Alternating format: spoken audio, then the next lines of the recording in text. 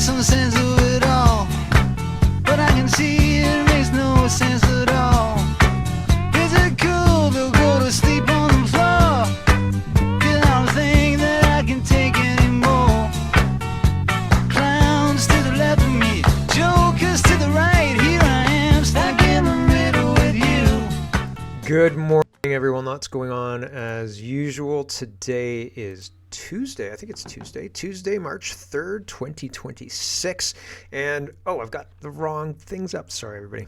I usually have my notes up, but I didn't today. Vancouver gets given away with $100 billion of Canada's CPP to India. So these are separate. Vancouver didn't get given away to India. I just wrote it weird. Vancouver got given away to distract from the $100 billion being taken from our CPP and invested in India. That's what we're supposed to believe. And we have a defense partnership with India. Have you noticed the United States? We should have a defense partnership with them. We do. They defend the North American Arctic. It used to be the Canadian Arctic, right? But now it's the North American Arctic. Weird. BC is removing daylight savings time. They're going to change the time one more time and that's it. And are they going to start a trend? Who knows? People seem okay on this. There was a couple of people who said he didn't ask the voters. He should have asked the voters. I think a lot of people don't want to change the time twice a year. But will you get nostalgic for it? I like when in the Christmas time where it's dark at 4:00. Is that weird? I like that. It's cozy. I don't know. I like it. Not that I don't like going out, in the evening or whatever, but it's kind of, I don't know. There's a different feeling about the whole thing. Hillary and Bill's video was released of their deposition, and that's interesting. We'll watch that at the end. Not the whole thing, but I'll give you links to the whole thing if you're interested in that. Elections Canada certifies lefty political parties very easily, even if they don't meet the thresholds, but independence parties in Alberta, nope, no mas, even if they do meet the threshold. No, you can't, and the elections aren't rigged. Okay, sure, okay. Yeah, you can believe that if you want to, but I don't. France is aligning with China to de-escalate the Iran situation. Okay. So they're trying to isolate the United States. They're trying to isolate the United States and basically hang around the neck of the United States, Donald Trump specifically, all of the problems. This guy is the problem. This is the reason that your gas is expensive. This guy is the bad guy you should be afraid of. And really, I think that I think North Korea is a rogue state that's managed by the deep state. So it's useful to have a state to be able to saber rattle and threaten with nuclear bombs and things like that. And then, you get the West to fall in line. And if you cut the head off of all of those, North Korea, Venezuela to a certain degree. Remember when, was it Chavez? Hugo Chavez would come into the United Nations and call America the big evil and stuff. I thought that was interesting. So there's all of this historical, this stuff that is, I got an email and I lost track of what I was saying.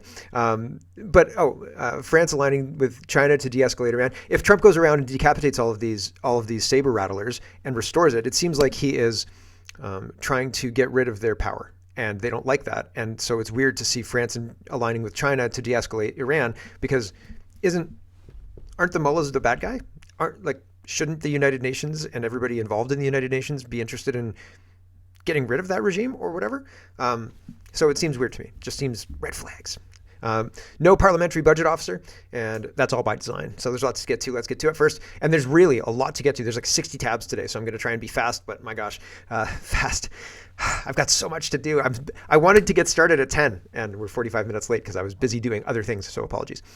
Maxime Bernier starts this off, and he says, we're talking about the invasion ongoing in the West, and Maxime Bernier says, no more Indian international students. I told you yesterday that part of the agreement with India, along with the defense and all of the other agreements we've made, is to reopen the immigration pathways for students. So here's Mark Carney announcing the further invasion of the West. We are one family. The greatest, most enduring strengths between Canada and India are the families who call our nations home. Nearly 2 million Canadians trace their roots to India, including leaders in business, science, culture, and government. Tens of thousands of people travel between our countries every year to visit friends and family. 400,000 talented Indians study in Canada. That is twice the number in the United States. It is 4 times the number in the United Kingdom. These students, these connections, deepen our ties. And so we're collaborating to build on those strengths. We've launched the new Canada-India Talent and Innovation Strategy with 13 new partnerships to deepen our ties in education. And this includes collaborations involving McGill, the University of Toronto, University of British Columbia, to work across artificial intelligence, health sciences, and digital architecture.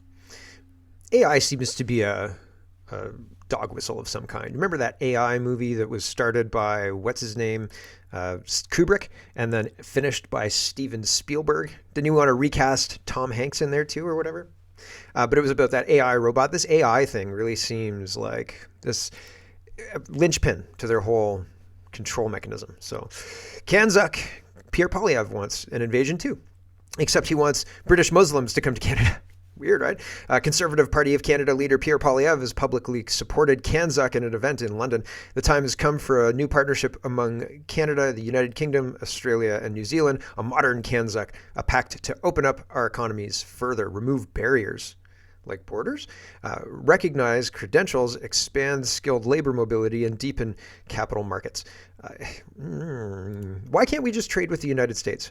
Why can't we have a mixed public-private healthcare system like the ones that work in the Nordic countries? I think they have high taxes, but they also have private healthcare. So you can skip the line and that lessens the line for other people.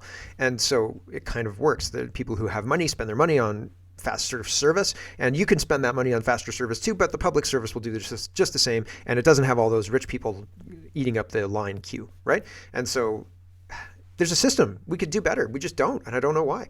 Alberta Secession says police research found that more than 10% of Vancouver area property sales priced over $3 million in 2016 were tied to buyers with criminal records, and 95% of those were believed linked to mainland China or China crime networks. So that's pretty wild, right? Like that's, if China is buying the property, that money's not staying in Canada, and that's bad. Okay. Juno News says the Cowichan Nation and BC government have begun negotiations after a BC Supreme Court ruling recognized Aboriginal title over 800 acres in South Richmond, requiring good faith talks to reconcile it with existing private property rights. So yeah, and he said that he wasn't involved in this, and apparently he was. He was in the meetings and stuff. Here's this video. The government put out a joint statement with the Cowichan Nation today that I was just hoping you could explain to us, because it talks about not putting private property on the table as part of negotiations, but you still have the court ruling that's outstanding, and you've mentioned in the past a desire to appeal and different things. So could you just sort of explain the significance of what the joint statement is today? Absolutely. So the court has required us to enter into negotiations with the Cowichan as part of the judgment. We are doing that in good faith. We are also pursuing our appeal and pursuing a stay of the original decision. What the joint statement says is hopefully reassurance to property owners in the claim area. It says that both the Cowichan and the government agree that the ownership of these properties, the ownership of the homes, is not in question, that people are able to use their homes, enjoy their homes, buy and sell their homes, that they fully own their homes. They're not being put on the table either in the negotiations or in the court action. And that's a very significant statement and an important statement. And I'm grateful to the Cowichan that we were able to provide that assurance, which is something that those homeowners and business owners have really wanted. How about not just The government. How about not just handing over a whole bunch of land to foreign or a separate quote nation? It seems hinky. It seems underhanded. It seems like the government doesn't represent us. Why would the government, who is supposed to represent Canadians, start giving away property? Doesn't make any sense. Table Salt says major breaking. BC Premier Eby was present for the signing of the secret Musqueam tribe deal that encompasses Vancouver after first saying he was not briefed. Check the news. He says he does not know what was in the deal. This one's nuclear, so the red area there is roughly what has been ceded. So a lot, right? And that's surprising. National Post says what we know about Ottawa's land rights deal with the Musqueam First Nation. An agreement between Ottawa and the First Nation recognizes the Musqueam's rights within a wide swath of land, including much of Vancouver. And so, Yeah, that's pretty crazy. I wonder how those Indians, what they think of these Indians, right? And so Mr. Sunshine Baby says the Winnipeg Jets in Canada are now playing traditional Punjab music during the intermissions. What do you think about this?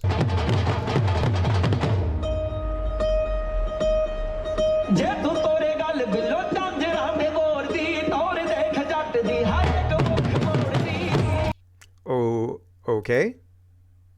Okay.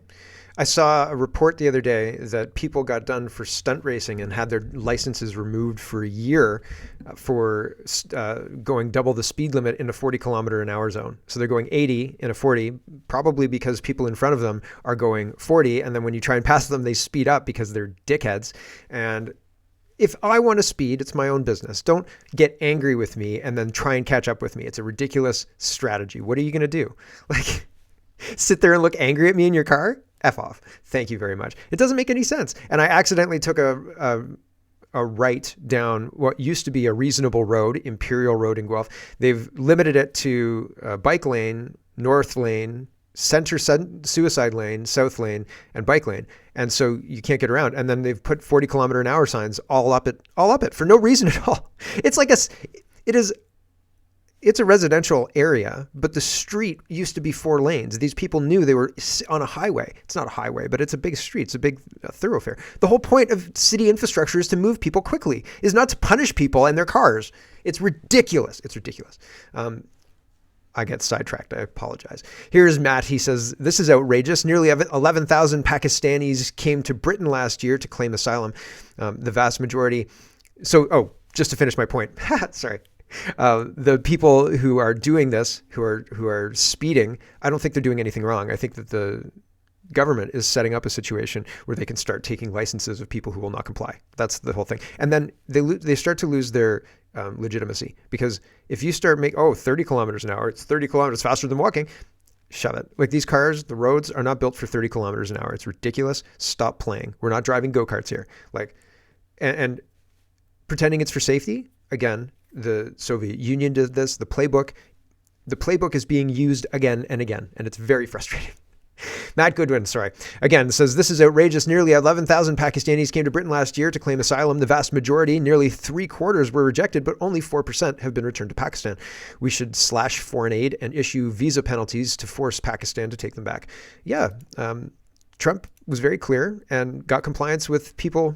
No problem. Here is what happens when you have a high trust society invaded by a low trust society. So there's a lollipop lady who's like a traffic warden, not a traffic warden, but like a crossing guard. And these motorcycle people in England just drive right on through. One guy's carrying a bike on his back. Are these electric bikes? They didn't even stop. So they just went right through. People were crossing, and this is how you destroy civilization, unfortunately. And another way, this was in 2017, whenever this happened, I think it was whenever, I posted that we shouldn't have people who can't read English driving big rigs on Canadian roads, or who don't have any kind of experience with snow and so on and so forth. And that's not shade being cast towards anybody. That's just good sense, I think. And people got mad at me. This is when the last time I posted on Facebook, because I was like, well, forget about this. Everyone was mad. And then it turned out I was right. So everybody was like, oh, how dare you say something like that? And then years later, National Post is reporting, man responsible for the Humboldt Broncos crash paid his debt to society and he should not be deported. Deport. Danielle Tyree says, this is disgusting. You should be ashamed of publishing this horrendous take. So it says the 2018 crash involving the Humboldt Broncos is one of the most devastating tragedies in recent Canadian history. 16 people lost their lives. 16 kids. Well, yeah, sure, people, it's mixed, but like, holy smoke, a lot of them were kids. Families were forever changed. Nothing can diminish this loss, but the fact remains that it was an accident. Right. Yeah, sure. Caused when a truck driver drove through a stop sign at a dangerous intersection. Who among us can say we've never done anything similar? Not driving a big rig. If you don't understand what potential damage you could do, you shouldn't be behind the wheel of something like that. It can kill people, and it did. Oh, he's paid his debt. How exactly did he pay his debt? I don't think the families would think so. Blonde Bigot, let's talk about trade and where our pension money is going. Blonde Bigot is is responding to $100 billion of Canadian pension funds being invested in India. And I'm sure a Brookfield project or two, right? That's a lot of billions of dollars. And I believe She says, somebody effing stop him. the prescription for success in this new era is well exemplified by the theme of your More cowbell? G20 presidency in 2023, which I had the honor of attending.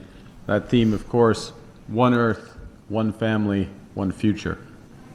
Because the challenges of our age cannot be solved by one country alone.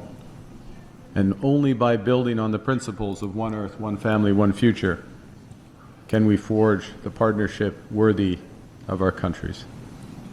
Today, we are launching a strategic energy partnership with significant potential to expand bilateral energy trade.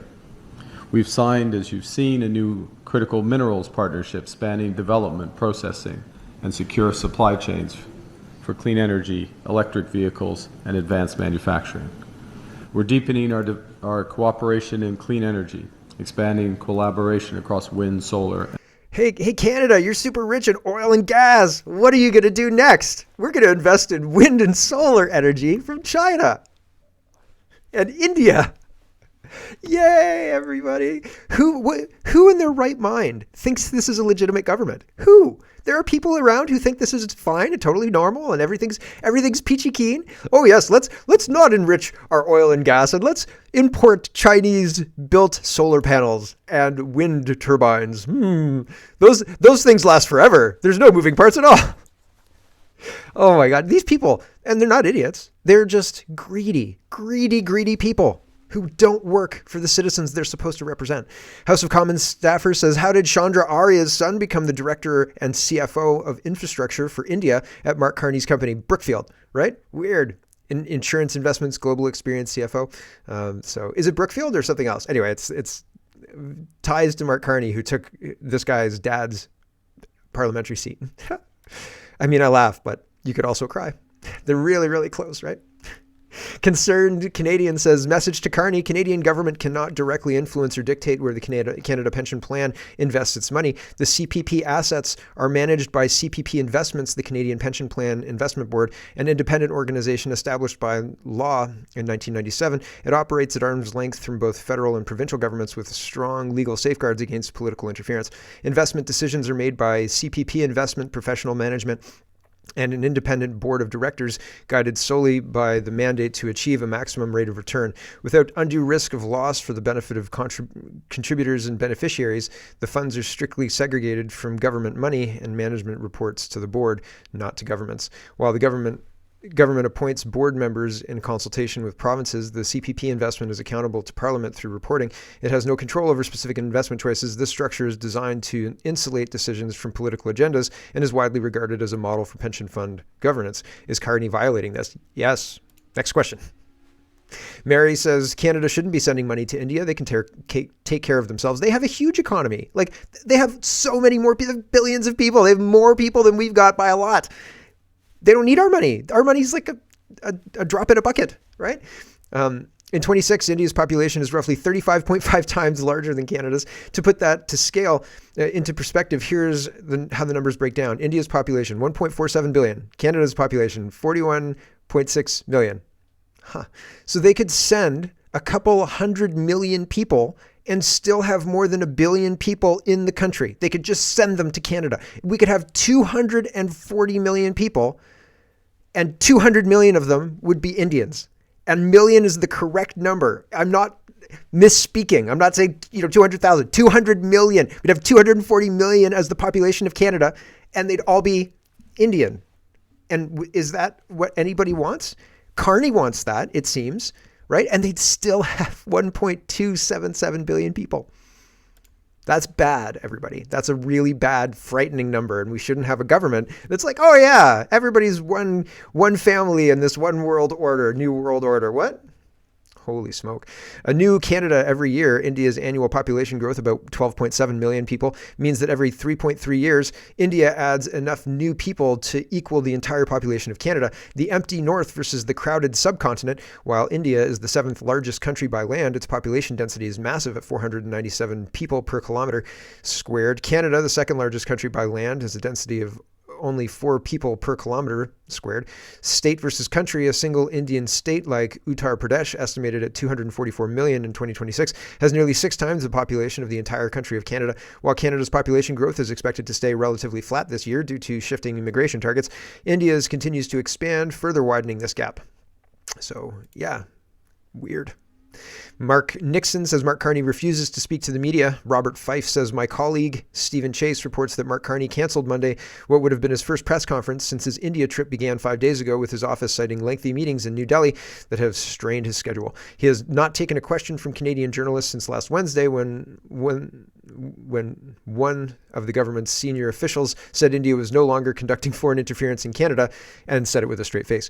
A statement that was immediately challenged by national security experts in New Delhi Monday. The Prime Minister's office told journalists accompanying Mr. Carney that any delay to accommodate a news conference would affect the Royal Canadian Air Force's ability to depart India and head to Australia because of limits on aircrew hours. So he's not interested in really talking to anybody. And Mark Nixon says again, after signing agreements with India benefiting Brookfield, Mark Carney refuses to take questions. The worst part, questions would have come from paid CBC, and they still said no.